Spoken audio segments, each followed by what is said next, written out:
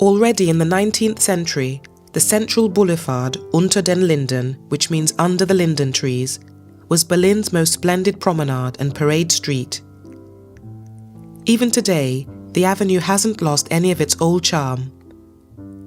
Initially it was a bridal path, which from 1573 onwards led from the city palace to Lizzo, and then later onto Charlottenburg Palace, which was named after Queen Sophie Charlotte, and from there all the way to Spandau.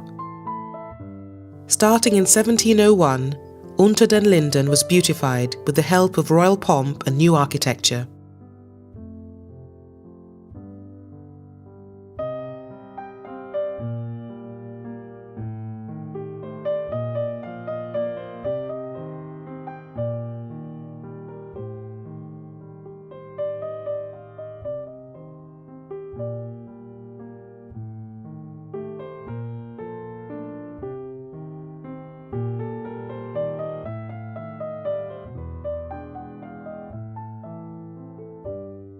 Duke Frederick William, also known as the Great Elector, was dedicated to the development and beautification of Berlin during his reign in the mid-1600s. In order to spruce up the route from his castle home to the Tiergarten hunting ground, it's said that Friedrich ordered the planting of long rows of linden trees, which would also serve to keep the route more shady and comfortable for his travels. That means his carriage ride would have him travelling unter den Linden, literally under the lindens.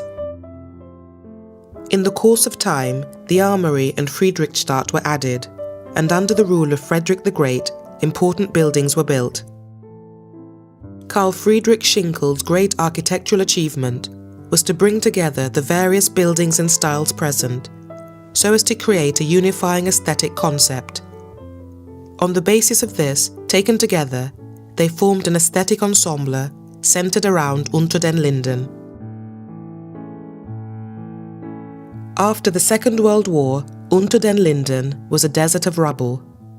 That is, with the exception of the city castle. In 1950, however, the General Secretary of the Central Committee of the said, Walter Ulbricht, blew up the city castle because he regarded it as a symbol of Prussian absolutism. The other surviving buildings were gradually reconstructed. The focus on history, memory, and on urban identity can strike the outsider as an obsessive kind of inner reflection, but it's part of a genuine transformation. People see these buildings as expressions of the force of history rather than as about themselves.